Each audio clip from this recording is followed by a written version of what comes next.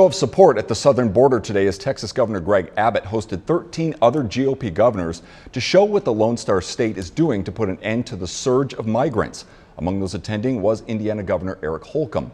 As Jeff Paul explains, this comes as Texas is locked in a legal battle with the White House over its handling of the border crisis. Texas Governor Greg Abbott welcoming more than a dozen governors from around the country right here to Eagle Pass, Texas. He first delivered a security briefing and then gave each of those governors a first-hand look at some of the challenges Texas faces securing the U.S.-Mexico border.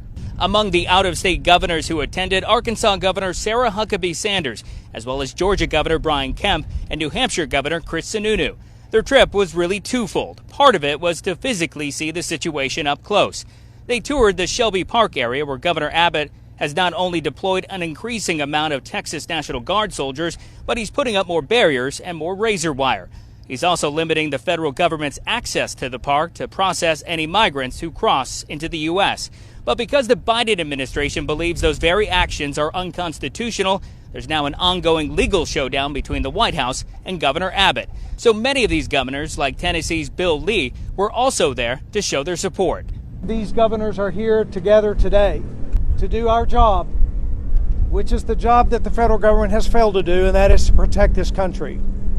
Each one of us understand the devastating effects that the border policy has had on every one of our states individually. Georgia Governor Brian Kemp added no matter how close a state is physically to the U.S.-Mexico border, all states right now are border states. And that was Jeff Paul reporting.